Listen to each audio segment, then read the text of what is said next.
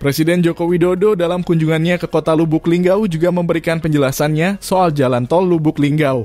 Mengenai jalan tol Lubuk Linggau yang menghubungkan Lubuk Linggau dengan Muara Enim ke arah Palembang dan Kepahiang ke arah Bengkulu ditanyakan wartawan saat Jokowi ke Pasar Bukit Sulap.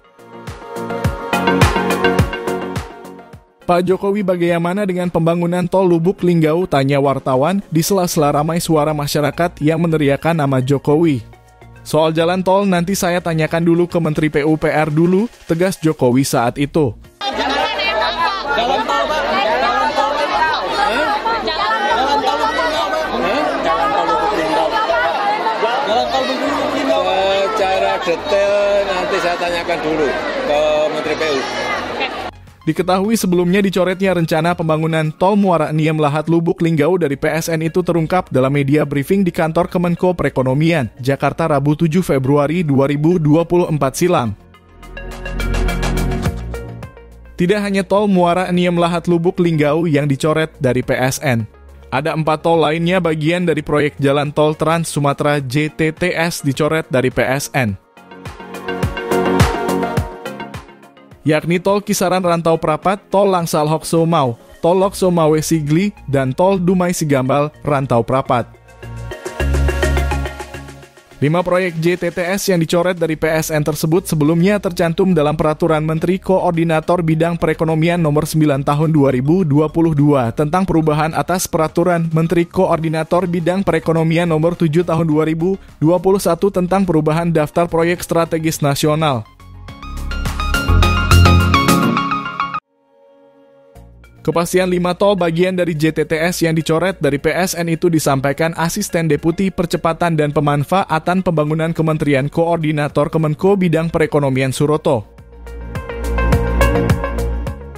Selain itu, Suroto mengungkapkan ada 7 proyek lain yang sebelumnya masuk PSN kini dicoret, yakni proyek Pelabuhan New Ambon, Kereta Cepat Jakarta-Surabaya, kawasan industri di Tanggamus.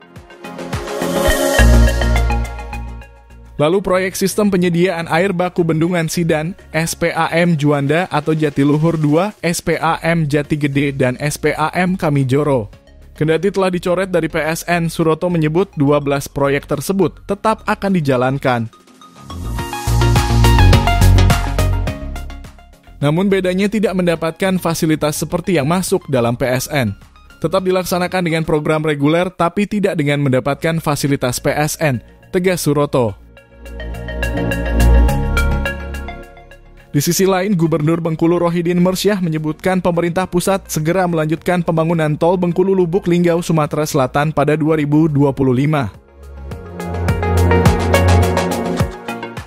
Kemarin kami rakor di Jakarta bersama Menteri PPN, memastikan tol kita Bengkulu lanjut dari anggaran APBN, mudah-mudahan ini bisa lanjut termasuk infrastruktur yang dikerjakan dengan APBD. Kemungkinan tol ini lanjut 2025 atau 2026, kata Gubernur Bengkulu Rohidin Mersyah di Bengkulu Rabu. Gubernur Rohidin Mersyah menyampaikan itu usai rapat bersama Menteri Perencanaan Pembangunan Nasional PPN Sudarso Monoarfa dan Kepala BPN Pusat terkait kelanjutan pembangunan jalan tol Bengkulu Lubuk Linggau sejauh 95,8 km. Rohidin juga menyebutkan ada beberapa ruas jalan tol yang masuk rencana kerja yang telah disepakati oleh pemerintah pusat. Bisa jadi tahun ini 2025 atau 2026 kelanjutan tol Bengkulu kemarin sudah disepakati beberapa ruas tol masuk rencana kerja pemerintah pusat, kata dia.